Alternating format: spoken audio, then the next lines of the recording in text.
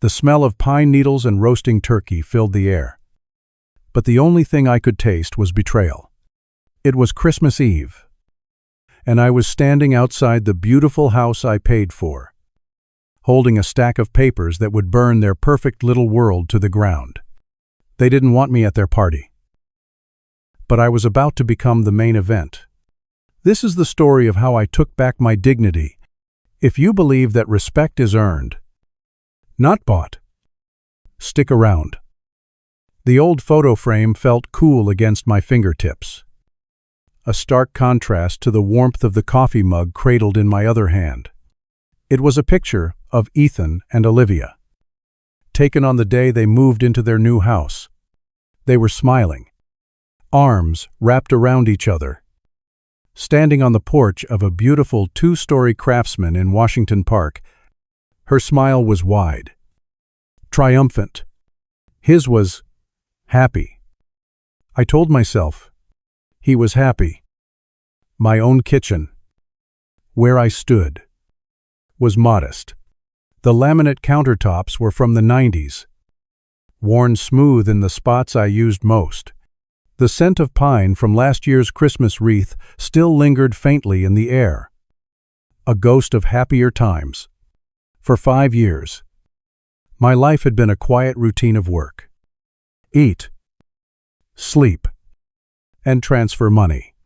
A significant chunk of my earnings, from tiling floors and bathrooms on my hands and knees, went straight to them. It was a silent, automatic sacrifice. A father's duty. I thought. I remember the day I made it all possible. The memory is as sharp and sterile as the bank where it happened. I was sitting across a wide mahogany desk from a man half my age in a suit that cost more than my truck. He slid a thick stack of papers toward me. A second mortgage. On my own home, the home I had just 3 years left to pay off. If you'll just sign here. Here. And initial here. Mr. Flores, he said, his voice smooth and detached. My throat was as dry as grout dust. On the top page, one number was staring back at me, bold and unforgiving, $237. Subailo Shaba.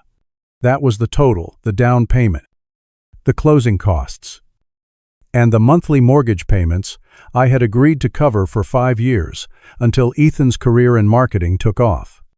My son, Ethan. He was sitting beside me, avoiding my eyes, staring at a motivational poster on the wall that said, "Achieve." In dollar. I picked up the pen.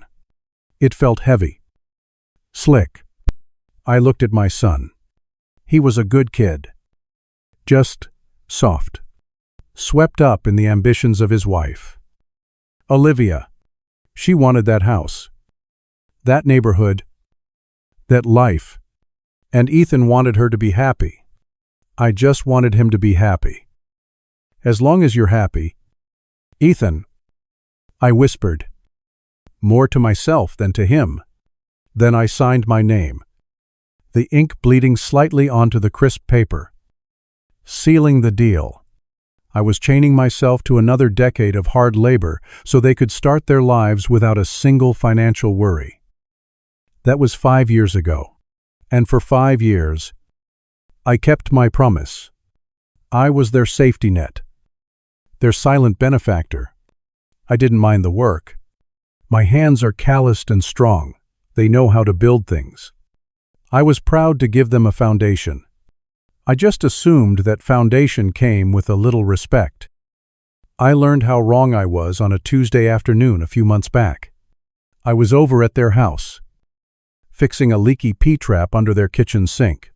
It was a fancy sink, a deep porcelain basin that probably cost $1,000.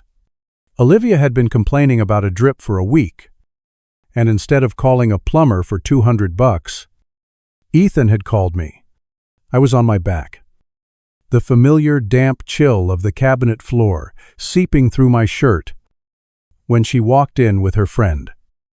They were talking about a trip to Aspen, I could see their expensive shoes from my vantage point.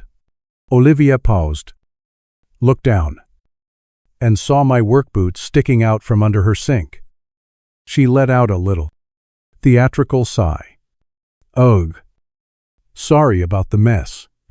Workmen just have a way of making everything dirty. Don't they? She said to her friend.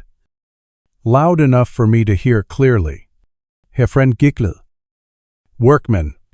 Not my father-in-law. Not Randall. Just a generic, dismissive label. I didn't say anything. I just tightened the last PVC joint, the plastic biting into my skin, and slid out from under the sink. I wiped my hands on a rag, stood up, and looked at her. All fixed, I said, my voice flat. She didn't even look at me, her attention already back on her phone, scrolling through pictures of ski lodges. Oh, great. Just make sure you wipe your feet on the way out. I did. I wiped my feet, packed my tools, and left their perfect, clean, expensive house that my labor was paying for. The silence in my truck on the way home was deafening. But even that didn't prepare me for the phone call. It came a week before Christmas.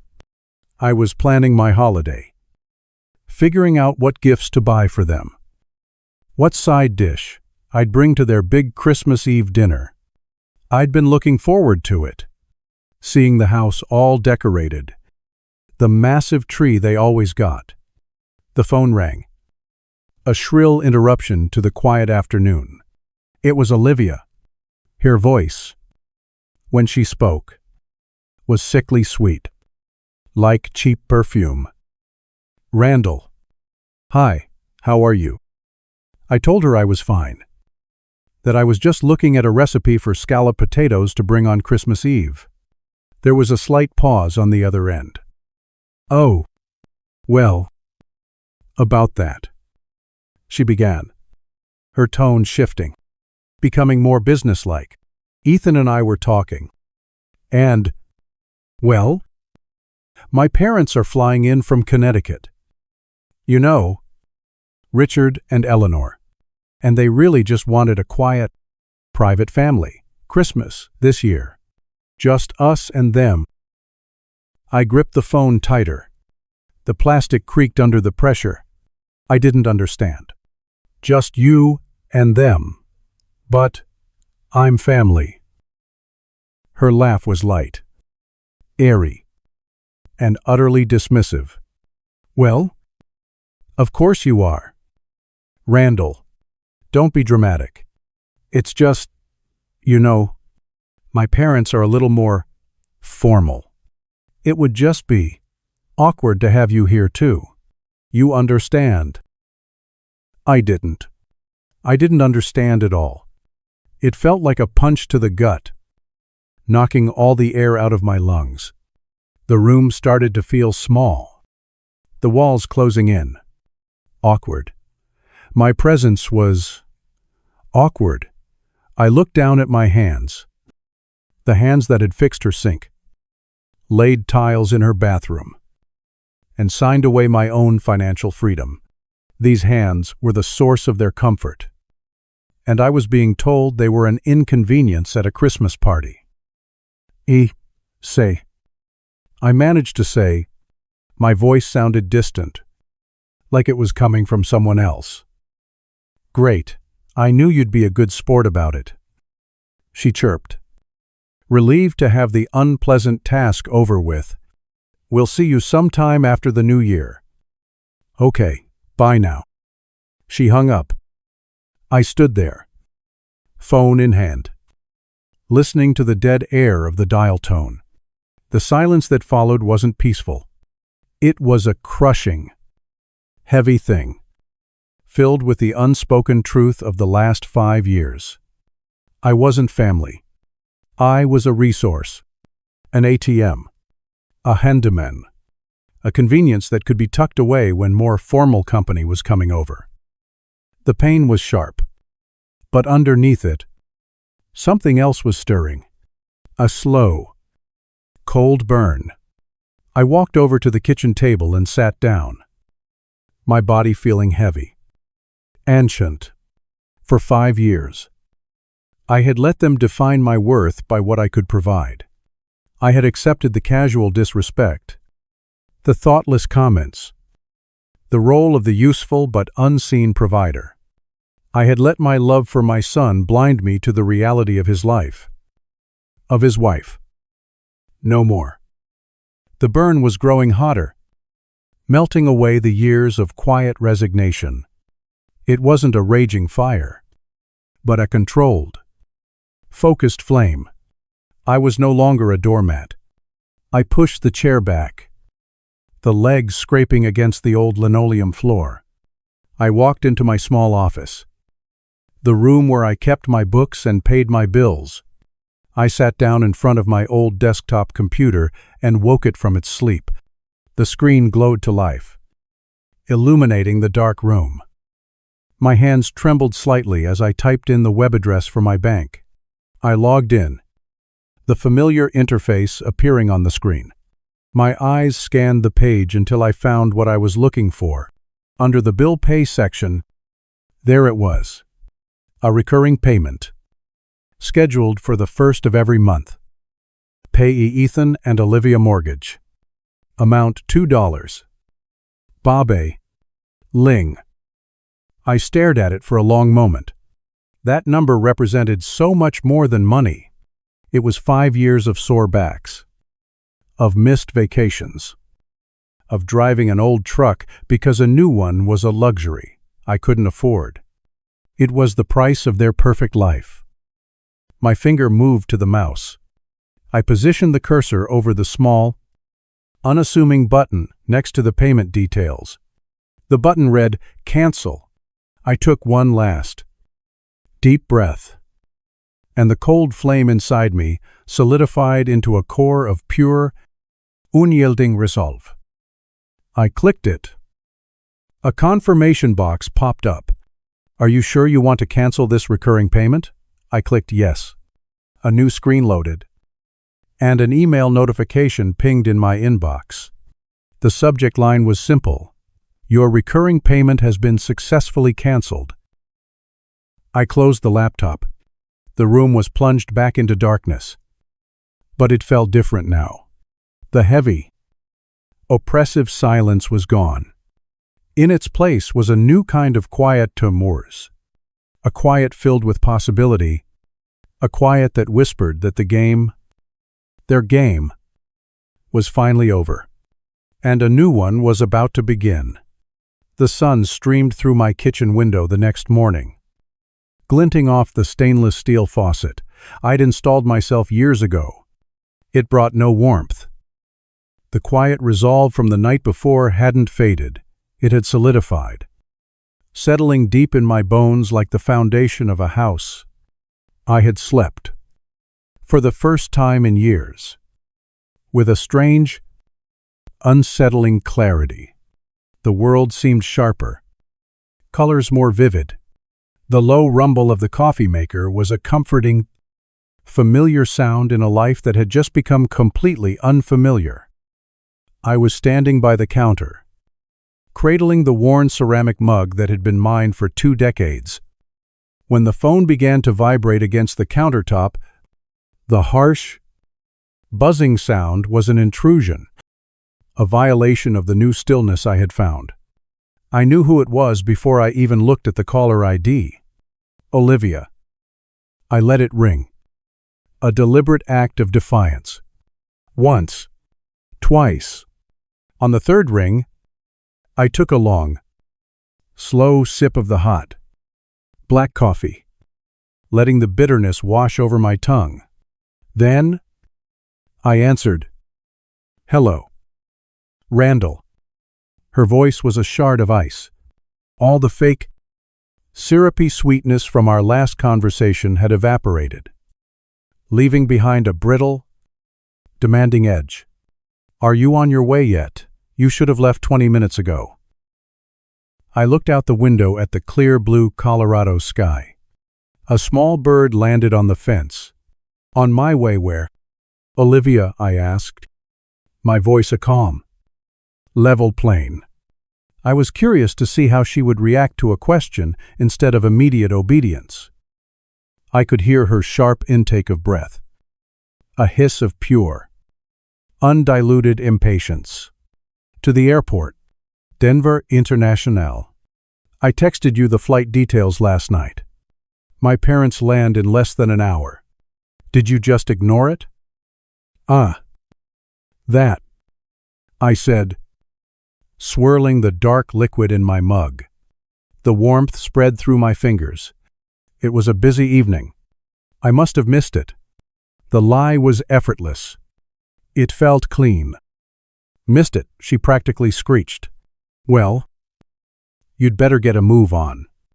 I-70 is a parking lot this time of day. And I am not having my parents wait around like common tourists. They are expecting you. She paused, and I could almost hear the gears turning in her head as she shifted from demanding to condescending. And Randall, for God's sake, try to look presentable. Wear that blue-collared shirt I told you to buy. Not one of your work shirts. My parents are used to a certain standard. Please, just for once, don't embarrass us. There it was, the casual, thoughtless cruelty. A year ago, that comment would have left a welt on my soul. It would have made me feel small, inadequate, like the dirt I sometimes washed from under my fingernails. But now it was just data. Another entry in a ledger I was keeping in my head. It was another piece of evidence confirming that the decision I'd made wasn't just an angry reaction, it was a necessary amputation. Don't you worry, Olivia, I said, and my voice was so smooth, so devoid of emotion. It surprised, even me. I'll handle it. Your parents won't be embarrassed. I hung up the phone before she could issue another command. But I didn't move. I didn't reach for my keys, which were hanging on a hook by the door. I didn't grab my coat. Instead, I walked over to the kitchen table, the same table where Ethan used to do his homework as a boy, and I sat down. I unfolded the morning paper.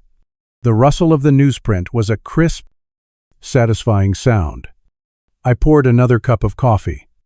I methodically read the sports section, lingering on an article about the Broncos. Then, with a pen from the junk drawer, I started the crossword puzzle, 17 across. A 5-letter word for a feeling of deep pleasure or satisfaction. I wrote in GLEE.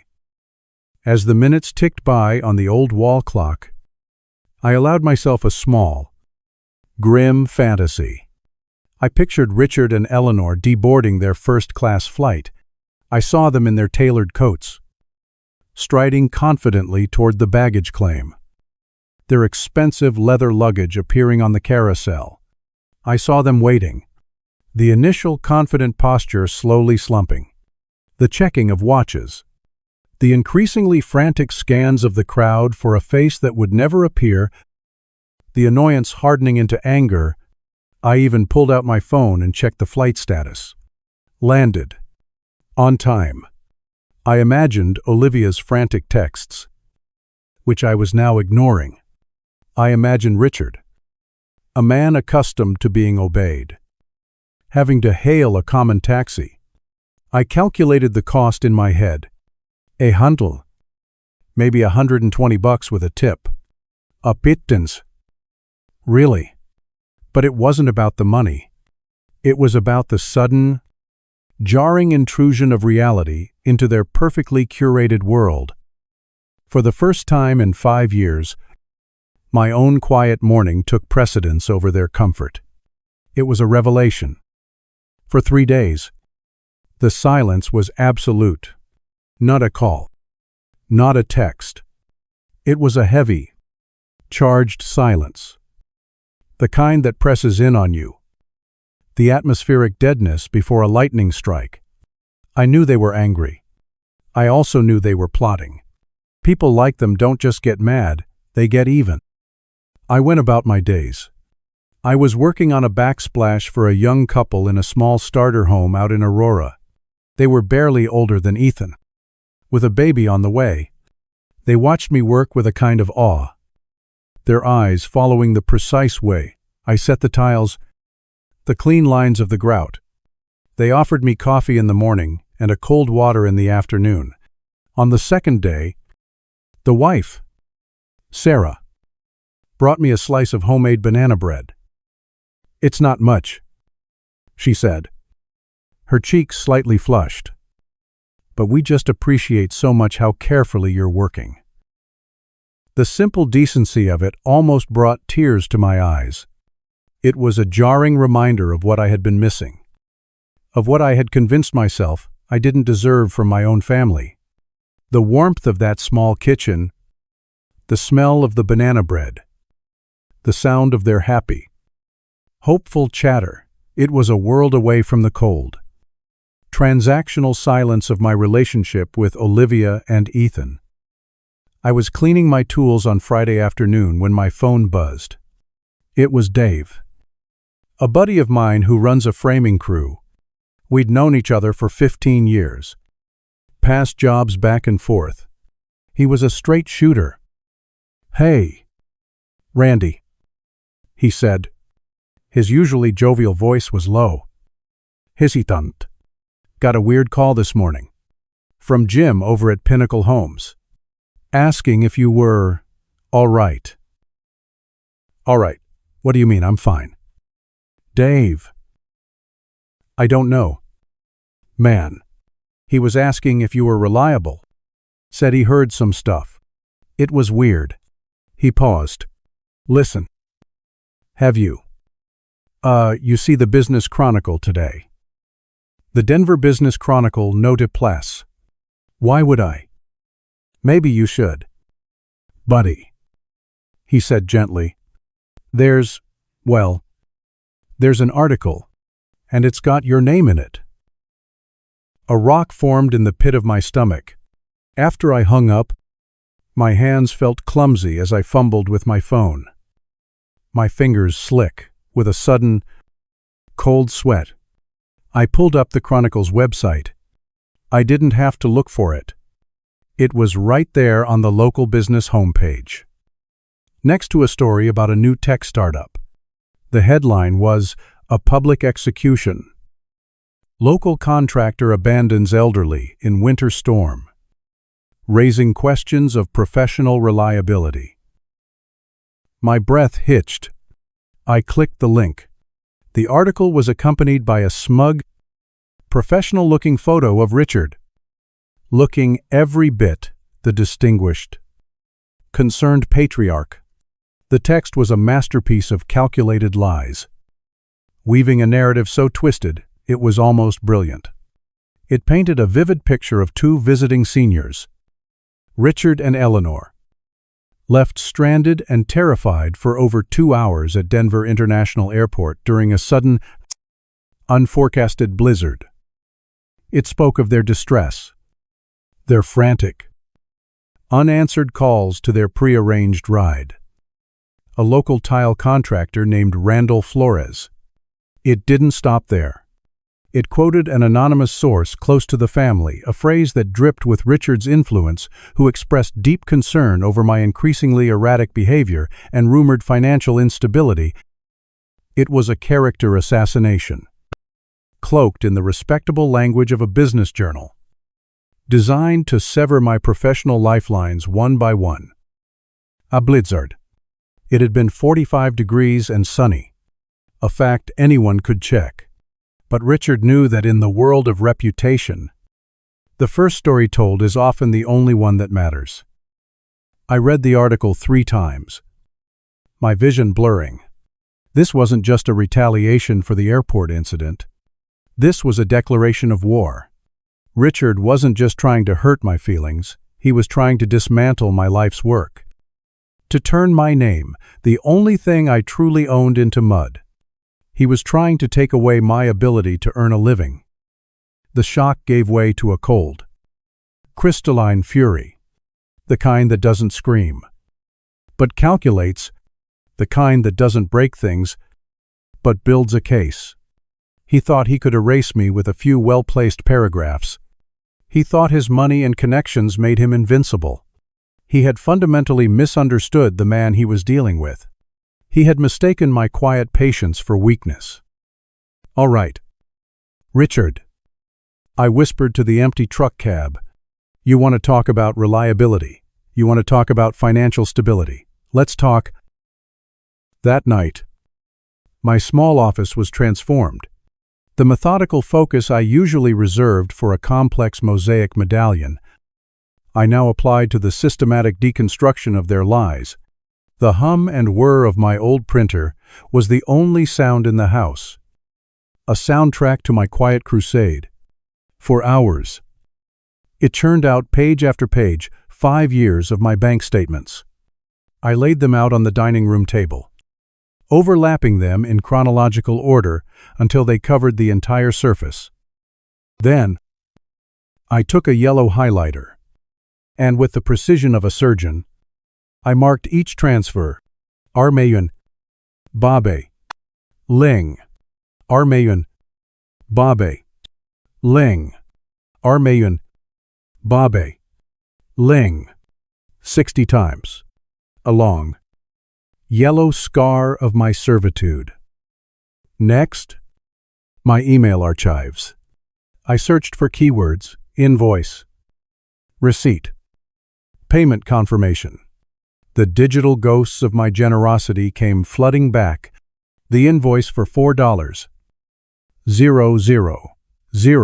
for the custom silk curtains Olivia saw in a magazine. I remembered her saying, "Oh, Daddy Randall." They would just make the room. The receipt for the $6. 0-inch hand-scraped hickory flooring. I remembered hauling the heavy boxes myself to save them the delivery fee. The confirmation for the $2. 500 Italian stove. Print. Highlight. Add it to the growing mountain of truth on my table. Finally, the most painful part, Olivia's Instagram. It was a digital shrine to a life of effortless luxury. I scrolled back, my thumb moving methodically. The perfectly filtered photos of expensive dinners, tropical vacations, designer clothes. The captions were a masterclass in passive aggression. Number: hard work pays off. Number: blessed. Number: building our dream. My hard work. My money. Their dream. I saved the screenshots. Dozens of them. Each one a small, sharp betrayal. And then I found it, the keystone, the one piece of evidence that tied all the others together in a neat, damning bow. The photo was from 6 months ago. It was Olivia and Richard, standing in the driveway of the house I was paying for. Richard had his arm around her, both of them beaming. Parked behind them was a brand new, gleaming black BMW 5 Series. A car that cost more than my entire life savings. The caption, written by Olivia, was the final twist of the knife. It read, "Thank you to the most amazing nosing.com. Supportive father in the world for always believing in us and helping make our dreams come true. My dad is just the best number. Family first number, best dad. Number blessed." I stared at the screen until the words burned themselves into my memory. My dad. Not a word about me. The car. The house. The entire fraudulent lifestyle, all publicly credited to the very man who was now slandering me in the press. I was not just a wallet, I was a ghost.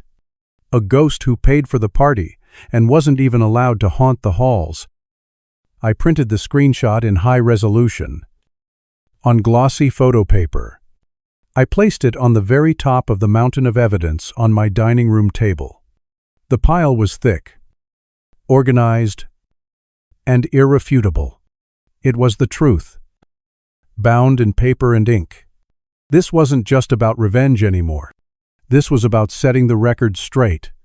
It was about justice. My hand reached for the phone. My fingers felt steady as I looked up the number for a 24-hour print shop downtown. A cheerful, young voice answered on the second ring. "Kinko's. This is Chloe. How can I help you?" I looked at the thick stack of papers, at the smiling, deceitful faces in the photograph on top, gleaming under the lamplight. "Hello, Chloe," I said, my voice steady and clear as a bell. "I have a document I need copied.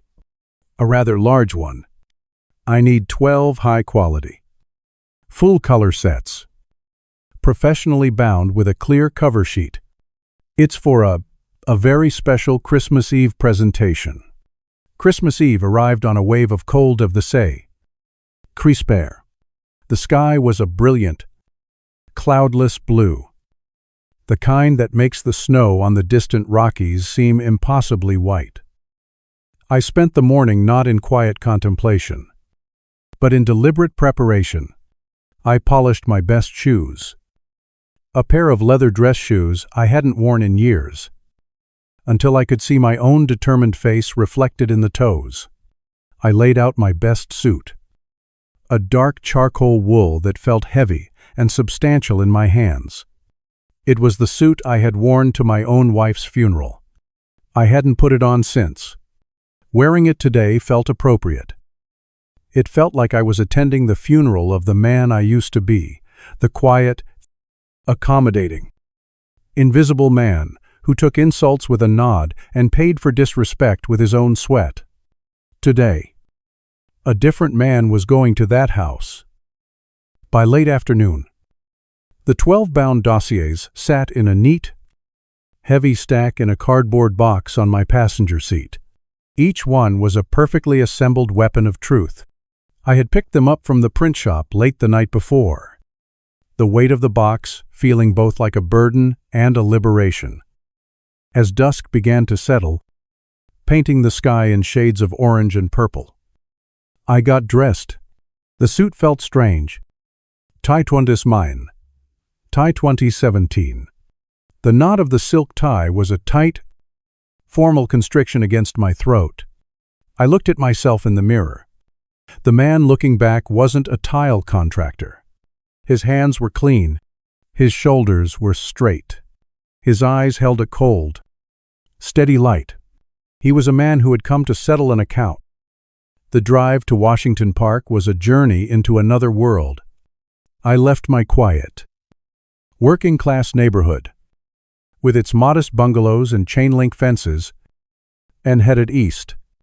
The houses grew larger, the lawns more expansive. Christmas lights were no longer simple strings of color, but elaborate, professionally designed displays. I felt like a foreigner crossing a hostile border. My old Ford F-150, with its dependable engine and a few dings in the bumper, felt crude and out of place among the sleek Audis and BMWs parked along the curved, tree-lined streets. I found their house easily. It was the brightest on the block, a beacon of expensive, curated cheer. Light spilled from every window onto the snow-dusted lawn. I could hear the faint, sophisticated rhythm of jazz music and the murmur of cheerful conversation drifting through the cold night air. I parked down the street, just out of the direct glow of the house, and I sat there for a long moment. The engine off. The silence in the cab profound. Through the large bay window, I could see them, not their faces, just their silhouettes moving against the warm, golden light, laughing, drinking, toasting. I counted them. 1, 2, 3, 12 guests. A perfect dozen, plus Olivia, Ethan, and her parents. They were all there, playing their parts in a perfect Christmas tableau. completely unaware that the stage was about to be set on fire. My heart was hammering against my ribs. Affrontique. Wild bird trapped in a cage. A wave of doubt, cold and sickening, washed over me. "What are you doing?" "Randall, this is your son. Just turn the truck around. Go home. Forget it all." Then, I looked at the box on the seat next to me. I thought of the words in that newspaper article. Erratic behavior. Financial instability. I thought of Olivia's voice on the phone. "Don't embarrass us." I thought of that picture of her and Richard with the new BMW, crediting him for a dream I had paid for in installments of backaches and exhaustion. The wild bird in my chest grew still. The fear didn't vanish, but the resolve became stronger. This wasn't just for me. This was for every person who had ever been made to feel small, used, and invisible. I picked up the box. It was heavy. I got out of the truck, the cold air hitting my face like a slap. I buttoned my suit jacket and started walking toward the light. My footsteps were silent on the snow-covered walkway. I reached the heavy oak door and paused. I didn't need to knock. I could hear the laughter clearly now. I turned the cold, brass handle. It was unlocked. Of course it was. They weren't expecting any uninvited guests. I pushed the door open and stepped inside. The warmth of the house was immediate, thick with the smell of roasted turkey, pine needles, and expensive perfume. For a moment, nobody noticed me. They were all gathered in the living room, glasses in hand, listening to Richard tell some self-important story. And then, the host, my son Ethan, saw me. His face went slack with shock. The wine glass in his hand tilted, a splash of red liquid staining the perfect cream-colored rug. A small gasp escaped his lips. His reaction was the signal. One by one, the conversations faltered and died. Heads turned. A sudden, deep silence fell over the room. The only sound, the smooth, cheerful melody of the jazz music still playing from a hidden speaker. 12 pairs of unfamiliar eyes fixed on me. Olivia, standing beside her father, turned pale as a ghost. Richard's jovial expression hardened, his eyes narrowing into two suspicious slits. They were all looking at me. The ghost at the feast, the workman who had shown up in a suit, carrying a box. I didn't say a word. I allowed the silence to stretch, to become uncomfortable, to fill every corner of the room. I let them look at me, let them wonder. I gave a slow, polite smile that didn't reach my eyes. Then, I began to move. I walked toward the first group of guests, a well-dressed older couple who stared at me with open-mouthed confusion. I reached into my box, pulled out the first of the thick, professionally bound dossiers, and placed it gently on the small table in front of them. "A little Christmas reading," I said, my voice quiet but clear in the silent room. I moved to the next guest, a man in a tweed jacket, and placed another dossier in his lap. I continued my slow, deliberate circuit of the room. With each stop, I delivered another package of truth. I didn't make eye contact with Ethan or Olivia. I ignored Richard's growing, sputtering rage. I was a specter with a singular purpose. The guests, initially hesitant, began to open the clear plastic covers out of sheer curiosity. I could hear the soft rustle of paper, then sharp intakes of breath. A woman gasped. A man let out a low whistle. The murmurs started. A low, infectious hum of disbelief that grew with every page turned. They were seeing it all. The highlighted bank statements, the receipts for furniture and appliances the saccharine, deceitful Instagram posts. And on the very first page, in full, glorious color, the slanderous article from the Denver Business Chronicle. I had placed the last dossier on a table next to a woman in a glittering emerald dress when Richard finally found his voice. "What is the meaning of this outrage?" he boomed, his face purple with fury. "Who do you think you are, crashing this private party?" I turned to face him, my work complete. I held up a single, charming hand, a gesture I'd seen lawyers use in movies. "I apologize for the interruption," I said, my voice resonating with a calm authority I didn't know I possessed. "I just wanted to take this opportunity to thank Richard and Olivia for, well, for giving me the chance to clarify a few things."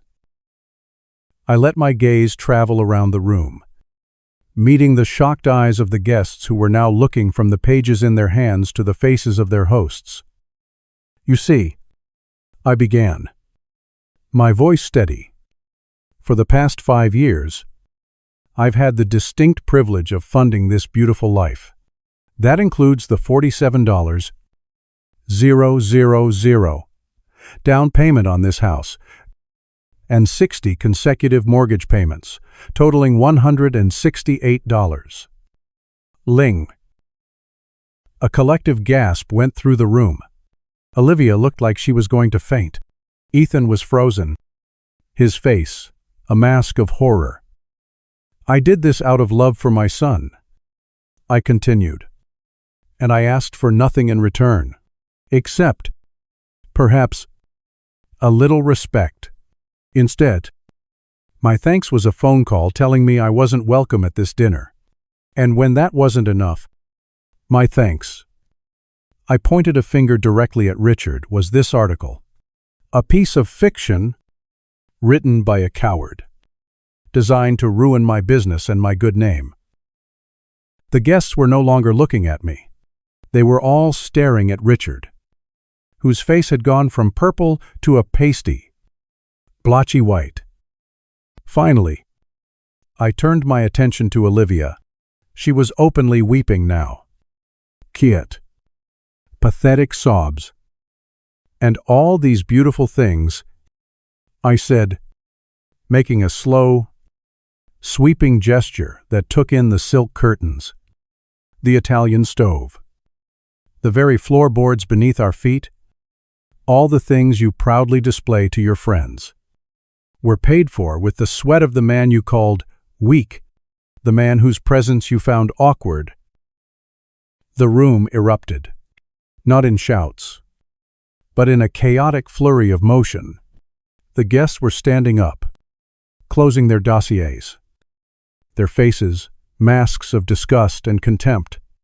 The woman in the emerald dress looked directly at Olivia and said, "How could you?" The man in the tweed jacket threw his dossier onto the floor and began walking toward the door. The party was over. The perfect illusion had shattered into a million pieces. I had done what I came to do. I had not shouted. I had not made a scene. I had simply delivered the truth. I turned and walked toward the door, leaving them in the wreckage. As I reached for the handle, I paused and looked back one last time. Richard was stammering, trying to explain. Olivia was sobbing into her hands. And Ethan. Ethan was just standing there. In the middle of it all, a lost boy, watching two worlds collide. I placed my final, personal copy of the dossier on the entryway table. A little something for them to remember the evening by. Then I opened the door to the cold, clean night air. "Merry Christmas, everyone," I said to the chaos behind me. I stepped outside and closed the door, the latch clicking shut with a sound of absolute finality. I didn't look back. As I walked down the path toward the street, the first real shout of anger erupted from inside the house. The jazz music had stopped. The performance was over. The sound of the door clicking shut behind me was the loudest thing I had ever heard. It was a sound of absolute finality, a punctuation mark at the end of a long, painful chapter of my life. I didn't run. I walked, my footsteps steady on the snow-dusted pavement, back to my old truck, parked in the shadows down the street. I didn't look back. I didn't need to. I could feel the shockwaves of what I had done spreading out behind me, rattling the perfect windows of that perfect house. The drive home was quiet. The adrenaline that had been a roaring fire in my veins was now a bed of warm, glowing embers. I wasn't euphoric. I wasn't triumphant. I was just empty. But it was a clean, peaceful kind of emptiness, like a field after a cleansing rain. I had taken the poison out of my system and laid it on their table for them to see. Whatever happened next was their story, not mine. The new year came and went. The holidays passed in a quiet blur. I spent Christmas Day with Dave, my framing buddy, and his family. They didn't ask any questions. They just filled my plate with turkey and my glass with beer and treated me like I belonged. January was cold and gray. I worked. I came home. I paid my own bills. The extra $2 a month in my bank account felt like a fortune. It was the salary for a job I had just quit. The job of being someone else's foundation? Then, 3 months after that Christmas Eve, the first true consequences arrived. Not for me, but for them.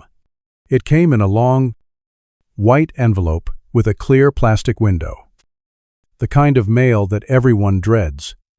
It was delivered to their beautiful Craftsman house in Washington Park, the one with the silk curtains. The letterhead was from the mortgage company. The words, in stark, black, all caps letters, were blunt and brutal. Notice of intent to foreclose. It informed them that their account was 90 days delinquent. It informed them that the bank was exercising its right to reclaim the property. It informed them that their dream was officially over. I didn't know about the letter. Not at first. I found out a week later.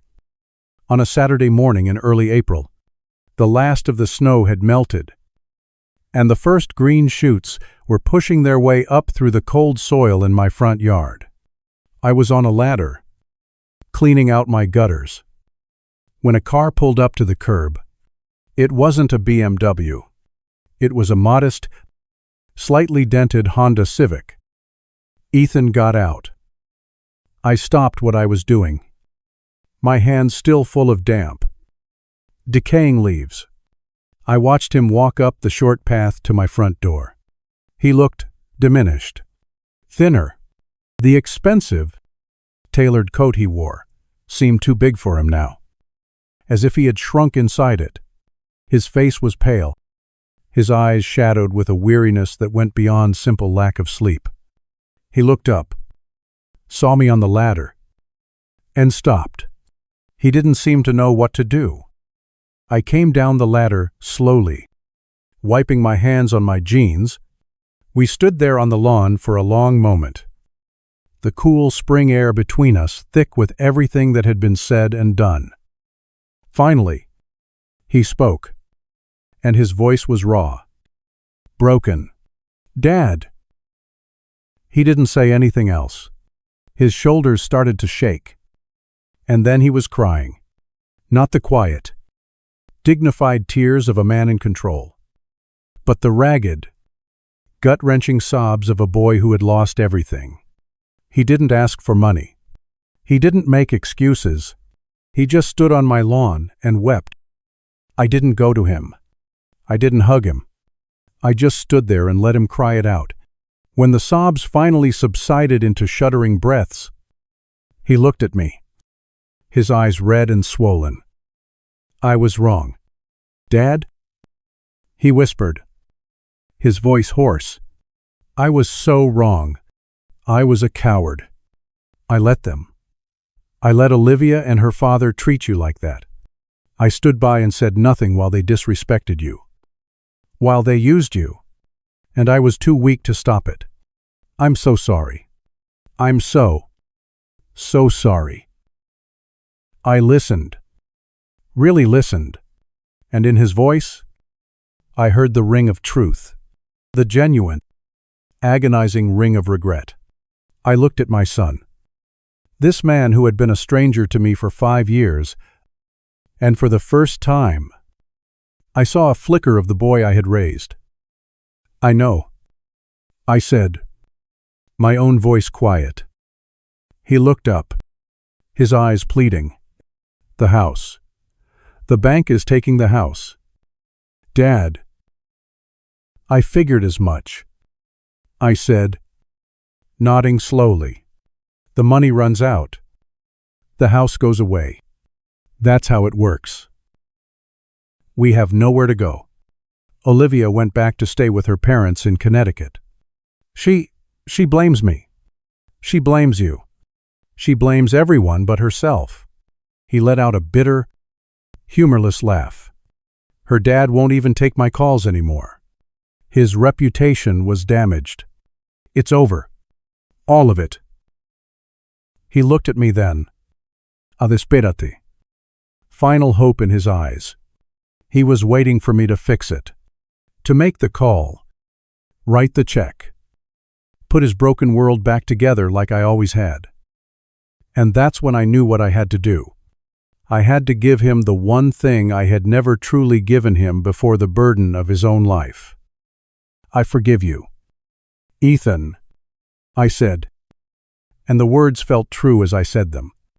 I forgive you for being weak. I forgive you for being afraid. I took a step closer, and my voice became firm, as solid as the foundation of my own house, but forgiveness doesn't mean going back to the way things were. That man, the one who wrote checks and fixed sinks and looked the other way, he's gone. I'm not him anymore. I looked around at my own modest home. The paint was peeling a little on the trim. The gutters I was just cleaning were a bit rusty. But it was mine. Every shingle, every nail, every blade of grass. This house, I said, is paid for. With my own 2 hands. That's a feeling I can't describe. Son. The feeling of standing on something you built yourself. And that's the feeling I want for you. You have to build your own life now. With your own 2 hands. He stared at me. The last flicker of hope in his eyes dying out. Replaced by a dawning, terrifying understanding. I can't help you with the house. Ethan, I won't. You're a grown man. It's time you stood on your own 2 feet. He nodded. A slow, yerk emotion. The tears were gone. In their place was a look of grim acceptance. He understood. The bank was closed for good. He stayed for a few more minutes. And we talked. Really talked.